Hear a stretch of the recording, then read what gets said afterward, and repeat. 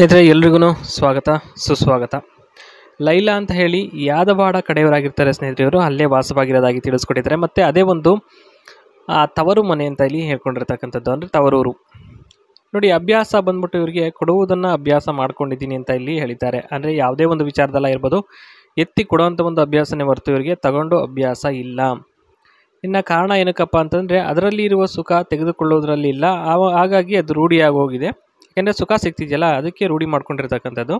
ಇದಿಷ್ಟು ಕಾರಣಗಳ ಬಗ್ಗೆ ಇಲ್ಲಿ ಹೇಳ್ಕೊಂಡಿದ್ದಾರೆ. ಆ ಒಂದು ಕಾರಣಕ್ಕೋಸ್ಕರ ಕೊಡೋದನ್ನು ಮಾತ್ರ ಇವರು ಕಲ್ತಿದ್ದಾರೆ.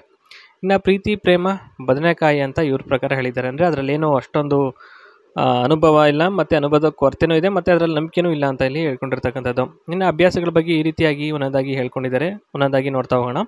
ನೋಡಿ, ದಾನ ಧರ್ಮವು ಮಾಡುವ ಅಭ್ಯಾಸ ಅಪ್ಪನ ಕಾಲದಿಂದಲೂ ಇದೆ. ಓಕೆನಾ. ಅಂದರೆ ಕಾಳು ಕಡ್ಡಿ, ಇವರ ಹೊಲದಲ್ಲಿ ಬೆಳೆದಂಥ ಕಾಳು ಕಡ್ಡಿಗಳು ದಾನ ಮಾಡೋದಾಗಿರ್ಬೋದು, ಏನೇ ಒಂದಾಗಿರ್ಬೋದು, ಮುಂಚೆಯಿಂದನೂ ಇದೆ.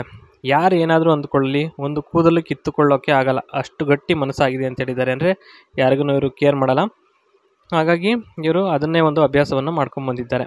ಇನ್ನು ಮೂರನೇದು ಏನಪ್ಪ ಹೇಳಿದ್ದಾರೆ ಅಂದರೆ, ಕೊಟ್ಟಿ ಅಭ್ಯಾಸ ಆಗಿದೆ, ಮತ್ತು 3 ತಿಂಗಳಿಂದ ಅಭ್ಯಾಸ ಮಾಡ್ಕೊಂಡಿದ್ದೀನಿ ಅಂತ ಹೇಳಿದ್ದಾರೆ. ಅಂದರೆ ಇವರ ಒಂದು ತೂತವನ್ನು ಕೊಟ್ಟಿ ಅಭ್ಯಾಸ ಮಾಡಿಕೊಂಡು ಬಂದಿದ್ದಾರೆ. ಅದೇ ಒಂದು ರೂಢಿಯಾಗಿದೆ. ಈಗ ಅಭ್ಯಾಸನ ಅದೇನೇ ರೂಢಿ ಮಾಡಿಕೊಂಡು ಮುಂದುವರಿಸಿದ್ದಾರೆ ಅಂತ ಹೇಳ್ಬೋದು. ಓಕೆ.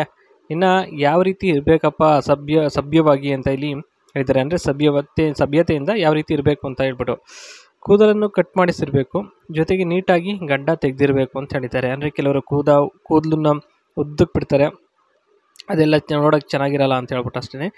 ನೋಡೋಕ್ಕೆ ಭಿಕ್ಷುಕ ಥರ ಇರಕೂಡ್ದು, ಅಂದರೆ ಅಯ್ಯೋ ಪಾಪ ಅಂತ ಅನ್ನಿಸ್ಬಾರ್ದು, ನೋಡೋಕ್ಕೆ ಒಳ್ಳೆ ಚೆನ್ನಾಗಿರಬೇಕು, ನೀಟಾಗಿರಬೇಕು ಅಂತ ಹೇಳಿದ್ದಾರೆ.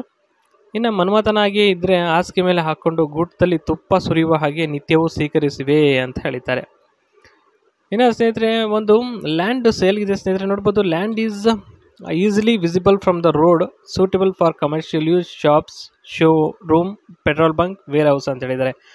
ಅಂದರೆ ಈ ಒಂದು ಲ್ಯಾಂಡಲ್ಲಿ ನಿಂತ್ಕೊಂಡ್ರೆ ರೋಡು ನೀಟಾಗಿ ಕಾಣಿಸುತ್ತೆ. ಓಕೆನಾ. ಮತ್ತು ಈ ಒಂದು ಲ್ಯಾಂಡು ಕಮರ್ಷಿಯಲ್ಗೆ ಸೂಟ್ ಆಗುತ್ತೆ, ಮತ್ತು ಶಾಪ್ಸ್ಗೆ ಅದು ಇದಕ್ಕೆಲ್ಲ ಪೆಟ್ರೋಲ್ ಬಂಕ್ಸ್ಗೆಲ್ಲ ಸೂಟ್ ಆಗುತ್ತೆ. ಇನ್ನು suitable for advertisement boards, extra income ಅಂತ ಹೇಳಿದ್ದಾರೆ. ಸೊ ಒಂದು ಅಡ್ವರ್ಟೈಸ್ಮೆಂಟ್ ಬೋರ್ಡ್ಸ್ಗೆ ಒಂದು ಸೂಟೇಬಲ್ ಆಗುತ್ತೆ ಅಂತ ಇಲ್ಲಿ ಹೇಳ್ಕೊಂಡಿರ್ತಕ್ಕಂಥದ್ದು. ಮತ್ತು ಲ್ಯಾಂಡ್ ಏನು ತುಂಬ ದೂರ ಇಲ್ಲ. ಓಕೆನಾ. ರೋಡ್ ಸೈಡ್ ಲ್ಯಾಂಡ್ ಆಗಿರೋದ್ರಿಂದ ಇದು ಪ್ರೀಮಿಯಮ್ ಆಗಿರುತ್ತೆ, ಮತ್ತು higher price per square feet ಆಗಿರುತ್ತೆ than interior land. Good investment, price appreciates faster ಅಂತ ಹೇಳಿದ್ದಾರೆ.